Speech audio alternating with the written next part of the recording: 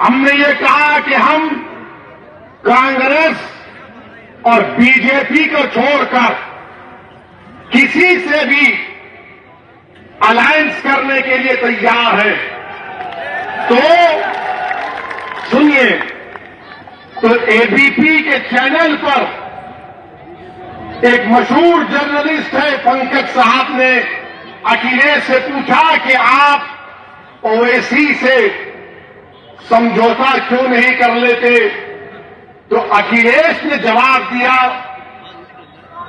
कि ओवैसी पर बहुत से इल्जाम लगते हैं।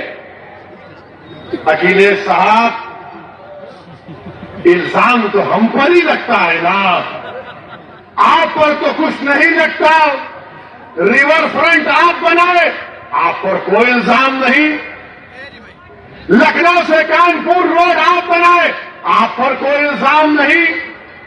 आपने सब कुछ किया, आपके 10-10 उंगलियां घी में थी, मगर आजम पर इल्जाम लगा बकरी चोरी का और भैंस चोरी का। ये इल्जाम सिर्फ हम पर लगता है। ये 60 साल से हम पर इल्जाम लग रहा है, कभी आतंकवाद का, कभी फिरका परस्ती का, कभी पुलिस को मारने का, तो कभी किसी और इल्जाम का। अखिलेश यादव साहब, इल्जाम तो भारत के मुसलमानों के मुकद्दर का हिस्सा बन चुका है। अब हम इल्जामात की फिक्र नहीं करेंगे।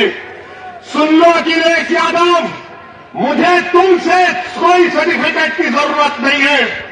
मैं इस जनता के दरमियान में जाकर अपनी दिल की बात करूंगा और उनके दिल को जीतूंगा। तुम क्या दोगे? तुम 11% यादव हो, हम 19% मुसलमान हैं।